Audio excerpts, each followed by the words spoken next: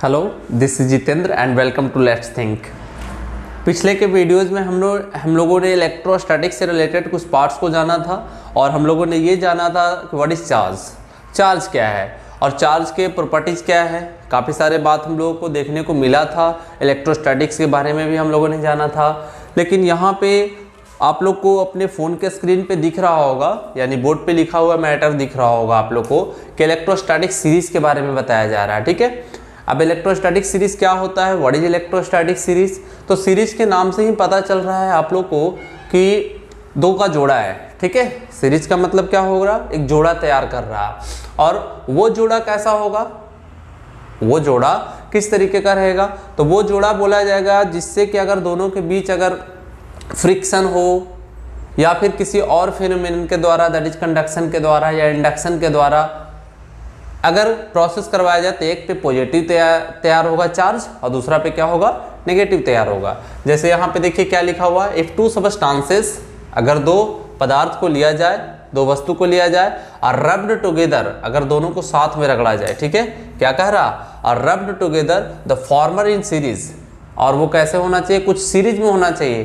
मैंने किसी भी सूटेबल मैटर को आपस में क्या करना है, रब करना है। रब करना मतलब रगड़ना होता है। अगर दो वस्तु को आपस में एक सीरीज में रगड़े तो एक्वायर कर लेता है, वो क्या कर लेता है, एक्वायर में प्राप्त कर लेता है। ठीक है, क्या प्राप्त कर लेता है, पॉजिटिव चार्ज प्राप्त कर लेता है। तो अगर एक पे पॉजिटिव चार्ज आएगा तो दूसरा पे कैसा चार्ज आएगा, नेगेटिव चार्ज आएगा।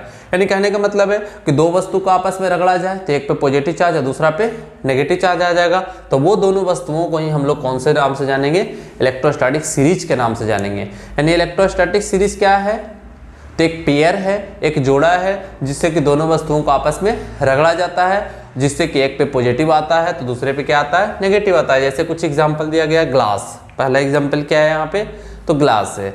और दूसरा एग्जांपल क्या है, फ्लैनेल है। तीसरा एग्जांपल क्या है, वूल है। चौथा एग्जांपल क्या है, सिल्क है। पांचवा क्या है, हार्ड मेटल। ठीक है, छठा क्या है, हार्ड रबर। सातवां सेलिंग वैक्स, आठवां रेसिन और नौवां सल्फर। ऐसे ऐसे काफ़ी सारे आप लोग को पदार्थ मिलेगा, सबस्टांस मिलेगा। वो सब सबस्टांस को हम लोग क्या कहेंगे, इलेक्ट्रोस्टैटिक सीरीज कहेंगे। अगर आपको डिटेल्स देखना है, ये सबका फिगर देखना है कि सर ये ग्लास तो जानते हो सब कोई, ठीक है, फ्लैनेल का फिगर देखना हो, वूल का, सिल्क का, तो ये सबको आप गूगल कर लो, फिगर आसानी से मिल जाएगा। ठीक है, तो हम लोगों ने ये देखा कि इलेक्ट्रोस्टैटिक सीरीज में क्या होगा, तो एक पे पॉजिटिव चार्ज तैयार होगा तो दूसरे पे क्या होगा, नेगेटिव चार्ज तैयार होगा। ठीक है, अब इससे बाद कुछ और भी हम लोग चार से फैक्ट पढ़े थे कि न्यूक्लियस के अंदर जो होता है, याद रखिएगा, न्यूक्लियस के अंदर हमेशा पॉजिटिव चार्ज होता है और न्यूक्लियस के बाहर कौन चक्कर काटता है, तो प्रोटॉन, इलेक्ट्रॉन चक्कर काटते रहता है। कौन काटता है चक्कर, इलेक्ट्रॉन। देखिए ये यहाँ पे न्यूक्लियस है ना, तो न्यूक्लियस के अंदर पॉजिटिव चार्ज रहेगा और बाहर में चक्कर कौन काटते रहता है, तो बाहर में चक्कर कौन काटता है, तो इलेक्ट्रॉन काटता है। कौन काटता है, इलेक्ट्रॉन काटता है। इलेक्ट्रॉन क्यों काटता है, क्योंकि इलेक्ट्रॉन का जो मास होता है 1837 गुना कम होता है। ठीक है, इलेक्ट्रॉन मतलब हल्का होता है प्रोटॉन से, इसलिए इलेक्ट्रॉन मूव करते रहता है बाहर की तरफ, प्रोटॉन अपना पोजीशन बनाए रहता है। ठीक है, प्रोटॉन का जो मास है वो इलेक्ट्रॉन के मास से 1837 गुना। अगर पूछेगा कि कौन हल्का है, प्रोटॉन हल्का है कि इलेक्ट्रॉन हल्का है, तो बोलेंगे इलेक्ट्रॉन हल्का है सर। इलेक्ट्रॉन का मास जो होता है वो कम होता है, प्रोटॉन का मास क्या होता है, ज़्यादा होता है। इसलिए ज़्यादा मास रहने के कारण प्रोटॉन अपने स्टेबल रहता है, अपने पोजीशन पे बना रहता है। ठीक है, चलिए नेक्स्ट हम लोग देखते हैं। यहाँ पे नेक्स्ट पार्ट जो हम लोग यहाँ पे पढ़ेंगे वो आज पढ़ने वाले हैं। यहाँ पे कुछ आप लोग को हम ये बात बता दें, कंडक्टर के बारे में तो आप लोग जानते होंगे। ठीक है, कौन कौन हो जाएगा इसमें, आयरन हो जाएगा, एल्यूमिनियम हो जाएगा। ठीक है, एल्यूमिनियम हो गया, और भी जो मटेरियल्स है, आयरन है, एल्यूमिनियम है, और भी काफ़ी सारे मटेरियल्स होंगे। और वैसे मटेरियल्स हमारा ह्यूमन बॉडी जो हम लोग हैं वो भी क्या है, ह्यूमन बॉडी जो हम लोग हैं वो भी तो कंडक्टर है ना। तो कंडक्टर किसको बोलेंगे, तो कंडक्टर वे सब सबस्टांसेस होते हैं जिसमें फ्री इलेक्ट्रॉन आसानी से मूव करे, मतलब विद्युत धारा एक वस्तु से दूसरे वस्तु में क्या हो, फ्लो कर जाए, चला जाए, तो वो क्या कहलाएगा, कंडक्टर कहलाएगा। जैसे आयरन, एल्यूमिनियम और क्या, ह्यूमन बॉडी। इसी प्रकार से इंसुलेटर होता है। इंसुलेटर में क्या होता है, इंसुलेटर में फ्री इलेक्ट्रॉन्स की मात्रा 0 होता है। मतलब फ्री इलेक्ट्रॉन्स इससे मूव नहीं कर पाए। जैसे ईंट हो गया, पत्थर हो गया, सूखा लकड़ी हो गया, ये सब जितने भी सब्सटेंसेज है वो सब क्या है, इंसुलेटर है। इंसुलेटर का एग्जांपल अगर देखना चाहें तो ग्लास हो जाएगा, प्योर वाटर हो जाएगा, तो ये सब क्या है, इंसुलेटर है। ठीक है, इसी प्रकार से एक होता है बाबू सेमीकंडक्टर।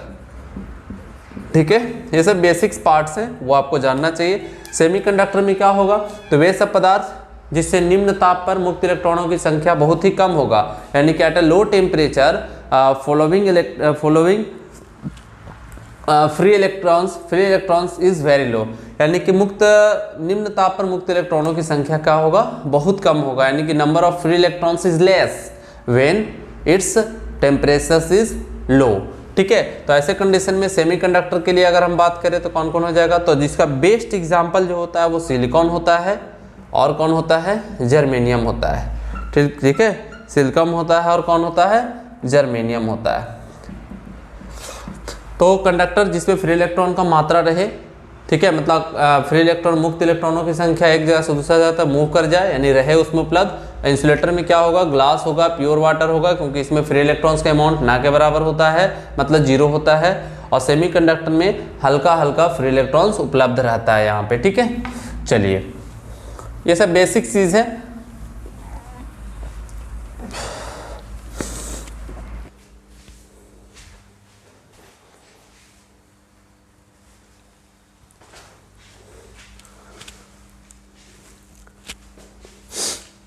तो हम लोग अब क्या पढ़ेंगे यहाँ पे, तो कंजर्वेशन ऑफ चार्ज के बारे में पढ़ेंगे।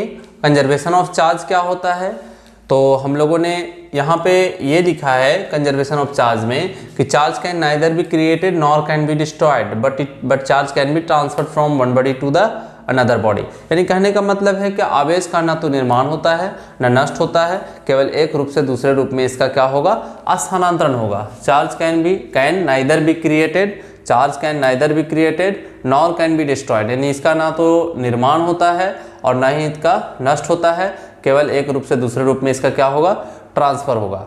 One body into another body. Total charge of an isolated system, जो टोटल चार्ज होता है किसी भी आइसोलेटेड सिस्टम का, संवाहित चालक का, वो क्या होता है, तो हमेशा कांस्टेंट होता है। जैसे हम एक एग्जांपल ले लें, एग्जांपल में क्या है, पहला एग्जांपल है पार्टिकल क्रिएशन प्रोसेस।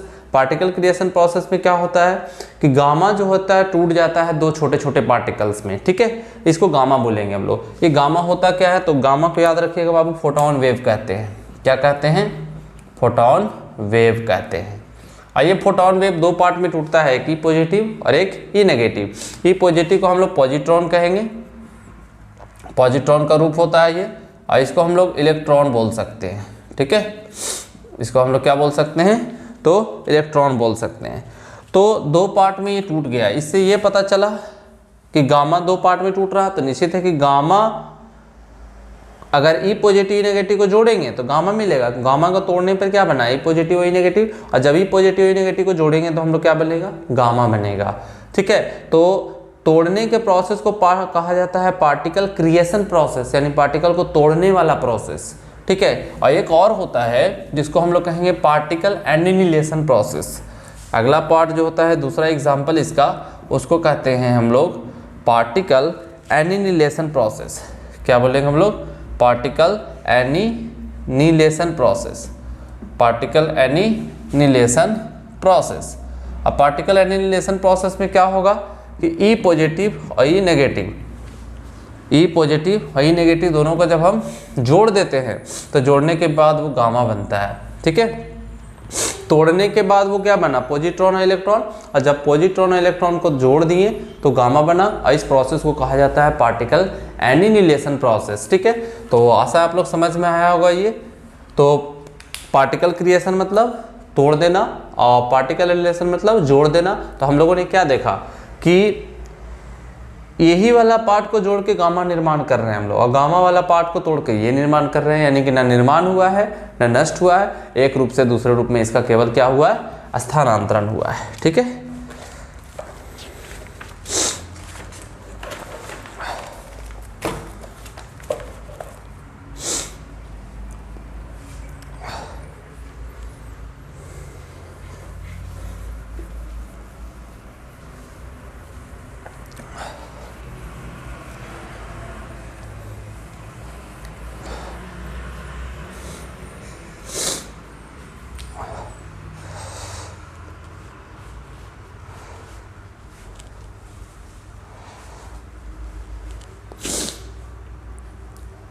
चलिए अब हम लोग पढ़ेंगे क्या कि न्यूट्रल बॉडी में अगर हम किसी इलेक्ट्रॉन को जोड़ेंगे तो क्या बनेगा, यानी कि हम लोग क्वांटाइजेशन ऑफ चार्ज के बारे में पढ़ने वाले हैं। क्या पढ़ने वाले हैं? क्वांटाइजेशन ऑफ चार्ज के बारे में। ठीक है,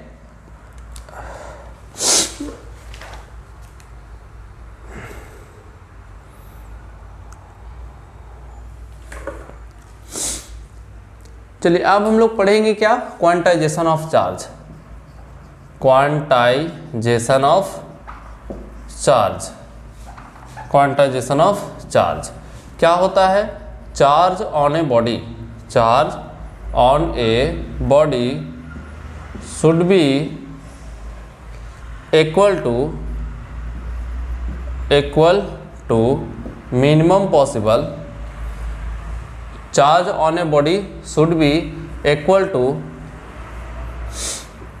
इंटीग्रल मल्टीपल ऑफ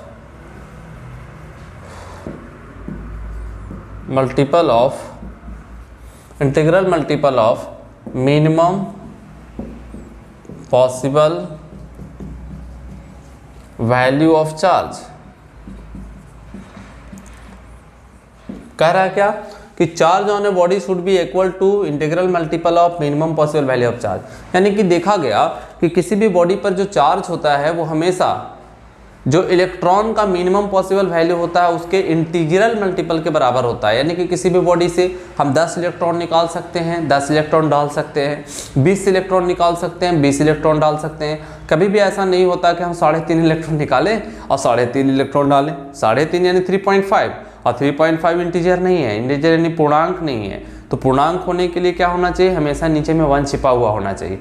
जैसे 8, 10, 15, 16, 20, 25, 25, 30 सारे के सारे ये सब क्या है? इंटीजर्स हैं।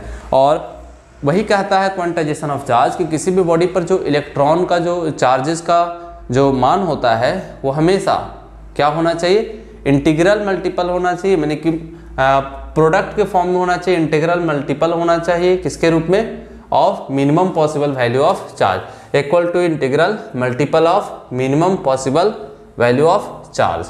इंटीग्रल यानी इंटीजर के फॉर्म में हम लोग बोलेंगे। ठीक है, इंटीग्रल मैंने क्या बोलेंगे? हम लोग इंटीजर के फॉर्म में बोलेंगे। तो इसलिए हम लोग को Q बराबर क्या मिलेगा? प्लस माइनस यानी। ठीक है, जब इलेक्ट्रॉन निकलेगा तो ऐसे कंडीशन में पॉजिटिव इस्तेमाल करेंगे, जब इलेक्ट्रॉन जुटेगा तो नेगेटिव इस्तेमाल करेंगे।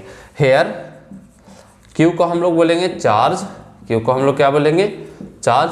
N को बोलेंगे नंबर ऑफ इलेक्ट्रॉन्स, N को बोलेंगे क्या? नंबर ऑफ, N को बोलेंगे नंबर ऑफ इलेक्ट्रॉन्स। ठीक है, और E को क्या बोलेंगे? Minimum possible value of charge, minimum possible value of charge, value of charge. ठीक है, E को क्या बोलेंगे? Minimum possible value of charge. और कितना होता है इसका मान? तो 1.6 × 10⁻⁻19 कूलम। चलिए नेक्स्ट हम लोग अब देखते हैं यहाँ पे। देखिए क्वांटाइजेशन ऑफ चार्ज में एक बार पॉजिटिव के लिए काम करेंगे, एक बार नेगेटिव के लिए काम करेंगे। तो देखा जाता है बाबू, यहाँ पे ध्यान दीजिए कि कोई न्यूट्रल बॉडी है। ठीक है, कोई न्यूट्रल बॉडी है। कोई न्यूट्रल बॉडी में हम लोग क्या जोड़ेंगे? तो न्यूट्रल बॉडी में इलेक्ट्रॉन जोड़ेंगे। ठीक है, न्यूट्रल बॉडी में हम लोग इलेक्ट्रॉन जोड़ेंगे, यानी if electrons added, if electrons added कहाँ से? To a neutral body, to a neutral body, then अगर इलेक्ट्रॉन हम ऐड करेंगे किसी न्यूट्रल बॉडी में तो क्या होगा? If electrons added to a neutral body then negatively charge body, then body becomes negatively charged, then body becomes negatively charged, negatively charged कैसा बन जाता है? नेगेटिवली चार्ज बनता है। कैसे? तो न्यूट्रल बॉडी प्लस इलेक्ट्रॉन को हम लोग क्या बोलेंगे? Negatively body, negatively body. क्या बोलोगे इसको हम लोग? Negatively body. अब कैसे बनेगा? तो ये देखिए कोई बॉडी पहले से है। ठीक है, और इस बॉडी के अंदर हमने क्या लाया? इलेक्ट्रॉन्स लाया। इलेक्ट्रॉन लाएंगे तो क्या होगा? अगर 20 इलेक्ट्रॉन लाइएगा तो 20 बार माइनस आ जाएगा यहाँ पे, यानी कि बॉडी के अंदर कौन सा चार्ज आ जाएगा? माइनस चार्ज आ जाएगा। तो पहले से इस बॉडी का अगर मास m था, अब इस बॉडी का मास m डैश हो गया है, तो निश्चित है कि m छोटा रहा होगा, m डैश ज़्यादा रहा होगा। एम डैश यानी ज़्यादा क्यों होगा, क्योंकि इसके अंदर देखो पहले से एम था, लेकिन अब इसके अंदर इलेक्ट्रॉन जुटने के बाद ये कंडीशन आया, तो एम वाला छोटा है, एम डैश वाला बड़ा है, तो हम क्या कह सकते हैं कि M dash is greater than M, M dash is greater than M, यानी कि बॉडी जो होता है वो हैवी हो जाता है, body becomes heavy, body becomes heavy मैंने पहले से क्या हो जाता है, भारी हो जाता है। तो यहाँ पे क्या हुआ है, तो चार्ज कितना हो गया है, तो चार्ज यानी change in charge, change in charge, charge में चेंज कितना आया, तो Q बराबर माइनस एन आ गया है। अगर एगो इलेक्ट्रॉन लाइएगा तो एगो माइनस आएगा, और एन इलेक्ट्रॉन लाएंगे तो कितना चार्ज हो जाएगा, तो Q is equal to minus N E. तो यहाँ पे ये देखें हम लोग कि मास में इंक्रीजमेंट आया कि डिक्रीजमेंट आया, तो पहले से मास एम था, अब मास एम डैश हो गया है, तो निश्चित है कि मास बढ़ गया है, यानी कि हम ये बोलेंगे कि मास इंक्रीज कर गया है। ठीक है,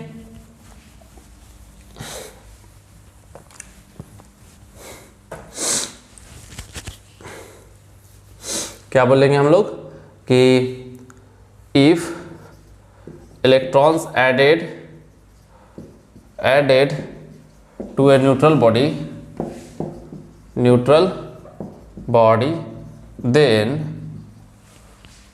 मास will increase, then mass will increase, तो मास उसका क्या होगा, इंक्रीज होगा। तो इसलिए डेल्टा एम बराबर क्या होगा, N into M E, N into M E. कैसे, एगो इलेक्ट्रॉन का मास होगा एम ई, तो एन इलेक्ट्रॉन का मास कितना हो जाएगा, एन इंटू एम ई, यानी डेल्टा एम यानी हो गया चेंज इन मास। क्या हो गया, ये चेंज इन मास हो गया। डेल्टा एम का मान हम क्या बोलेंगे, तो delta M is equal to change in mass, और एन हो गया नंबर ऑफ इलेक्ट्रॉन्स, एन क्या हो गया, number of electrons. M E को क्या बोलेंगे हम लोग, इलेक्ट्रॉनिक मास बोलेंगे। क्या बोलेंगे, इलेक्ट्रॉनिक मास बोलेंगे।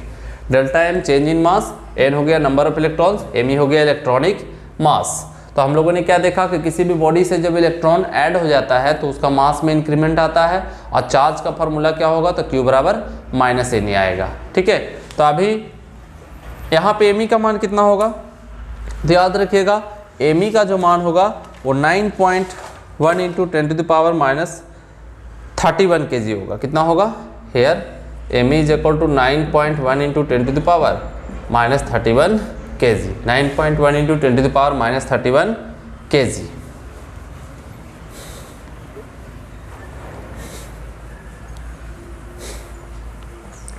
तो ये देखा जाए कि अगर मान लीजिए अगला सिचुएशन हो कि क्या कर रहे हैं हम लोग, कोई न्यूट्रल बॉडी ले रहे हैं, ठीक है, और न्यूट्रल बॉडी में से अब इलेक्ट्रॉन को हम जोड़ नहीं रहे हैं, इलेक्ट्रॉन्स को हम निकाल रहे हैं। ठीक है, इलेक्ट्रॉन्स को निकाल रहे हैं, तो निकालने पे बाबू याद रखिएगा पॉजिटिवली चार्ज बॉडी बनता है। कैसा बनता है, positively charge body, positively charge body.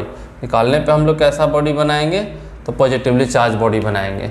तो कैसे बनेगा, तो ये कोई पहले से न्यूट्रल बॉडी है, इसके अंदर से इलेक्ट्रॉन बाहर निकल रहा है, तो बाहर निकलेगा तो एक इलेक्ट्रॉन पे माइनस होता है, जितना इलेक्ट्रॉन निकलेगा उतना खाली हो जाएगा, और खाली हो जाएगा तो अपनी जगह पे क्या ले आएगा, प्लस ले आएगा। क्या ले आएगा, जितना इलेक्ट्रॉन निकलेगा उतना अपनी जगह पे पॉजिटिव ले आएगा। यानी कि if N electrons are removed, N electrons removed then charge Q is equal to plus N E. ठीक है, अगर एक इलेक्ट्रॉन निकलेगा तो ई अपने जगह पे दे के आ जाएगा, एन इलेक्ट्रॉन निकलेगा तो प्लस एन ई ले आएगा। ठीक है, अब बताइए इसका मास बढ़ेगा कि घटेगा, तो पहले से मास एम है, अब मास एम डैश है, तो एम का वैल्यू कम होगा कि एम डैश का वैल्यू कम होगा, कौन सा कम होगा, तो पहले वाले सिचुएशन में ये ज़्यादा था, लेकिन अब निकल गया, तो निकलने के बाद ही बना ना, यानी एम डैश ना बना, तो एम का वैल्यू क्या होगा, बड़ा होगा, एम डैश का वैल्यू छोटा होगा। यानी इन दिस सिचुएशन, इस स्थिति में हम लोग क्या कह सकते हैं हम लोग क्या कह सकते हैं इस स्थिति में कि इन दिस सिचुएशन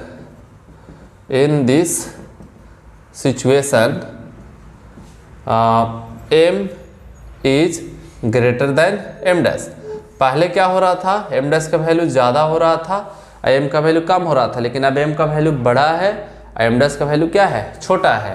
तो अब अगला पॉइंट अगर देखें तो चेंज इन मास, तो मास में क्या होगा, डिक्रीज होगा कि इंक्रीज होगा, तो निश्चित है कि डिक्रीज होगा। अब रिमूव होगा तो क्या होगा, इस पर रिमूव हो रहा है ना, तो रिमूव हो रहा है यानी डिक्रीज करेगा, और डिक्रीज करेगा तो डेल्टा m का फॉर्मूला होगा n इंटू एम ई। दोनों कंडीशन में फॉर्मूला सेम है, पहले वाले में इलेक्ट्रॉन जुट रहा था तो जुटने के लिए इंक्रीज हो रहा था, बढ़ रहा था, लेकिन यहाँ पे इलेक्ट्रॉन बाहर निकल रहा, अब बाहर निकल रहा है तो क्या होगा इस कंडीशन में, तो इस कंडीशन में डिक्रीज होगा। ठीक है, तो here delta m is equal to change in mass. ठीक है, और इसमें फॉर्मूला Q बराबर हमने क्या बताया, प्लस Ne, और उसमें क्या हो रहा था, Q बराबर माइनस Ne, और Me का वैल्यू क्या हो जाएगा, मास ऑन इलेक्ट्रॉन। ठीक है, कितना होता है, तो ये 9.1 इंटू 10⁻³ kg, और N हो गया नंबर ऑफ इलेक्ट्रॉन्स,